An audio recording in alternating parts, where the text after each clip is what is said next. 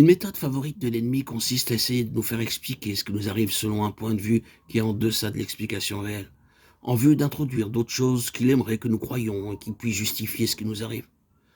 Ces choses peuvent être nombreuses et variées. Si nous nous disposons à accepter une telle explication, cela prouvera notre passivité, notre manque de discernement. Tandis qu'il peut y avoir beaucoup de choses dans des conditions naturelles qu'il peut utiliser et faire jouer, qu'il peut être vrai qu'il tire le meilleur parti possible de tout ce qui est disponible dans nos propres faiblesses humaines, et peut être dans notre condition physique, notre constitution, notre caractère et notre environnement, néanmoins en dernier ressort. Il ne s'agit ici nullement d'une question du domaine naturel, mais tout simplement d'être fort en esprit. Vous devez tenir cela comme un fait bien établi, qu'il n'y a aucun espoir pour personne de chercher la solution dans les conditions naturelles. Si vous commencez à travailler depuis la circonférence vers le centre, vous travaillez à rebours et vous ne réussirez pas. Vous serez maintenu à la circonférence jusqu'à votre mort. L'ennemi ne vous laissera pas atteindre le centre si vous parlez de la circonférence. Vous devez commencer par le centre et progresser vers l'extérieur. La clé de la victoire est notre union en esprit avec notre Seigneur, ressuscité et souverain. Bien sûr, il y a d'autres domaines où ce conflit de la mort se poursuit et où son assaut est mené sur le croyant.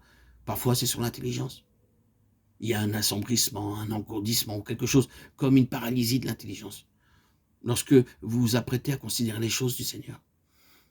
À d'autres moments, vous pouvez être parfaitement éveillé et libre et votre intelligence peut connaître un léger trouble alors que vous travaillez à des choses ordinaires.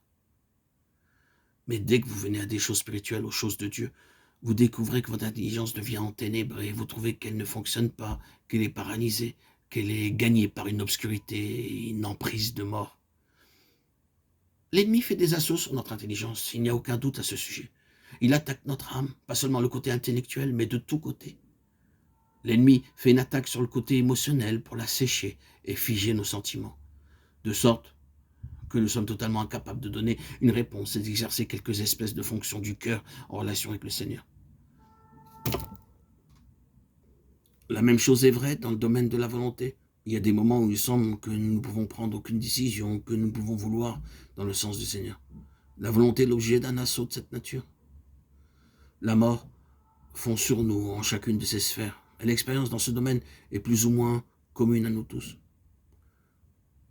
C'est une bataille, comme c'est directement le cas dans le domaine de l'esprit, mais également dans celui de l'âme. Ainsi, c'est aussi vrai pour le corps. Il n'y a absolument aucun doute que l'ennemi fait des assauts sur le corps des enfants de Dieu. Je ne dis pas que toute maladie, tout mal, toute faiblesse physique, que la moindre fatigue physique provienne directement de l'œuvre du diable. Bien sûr, historiquement, c'est la conséquence de son œuvre, mais maintenant, ce n'est pas nécessairement l'œuvre directe du diable. Nous ne sommes pas en train de dire que cela est. Nous nous trouverions en grande difficulté si nous devions enseigner cela. Mais il existe des attaques directes de l'ennemi par l'esprit de mort sur le corps des enfants de Dieu, de sorte que là où il y a faiblesse, il s'en saisit et y ajoute, et voudrait chercher à nous paralyser entièrement par notre faiblesse. Alors que, bien que cette faiblesse qui est à la base puisse rester, il ne faut pas que nous soyons paralysés par elle. Cela a été l'histoire du peuple de Dieu. La question est de savoir si l'ennemi va utiliser cette chose pour nous détruire entièrement, ou si malgré cela nous serons trouvés prouvant la puissance d'une vie qui en triomphe et nous fait avancer.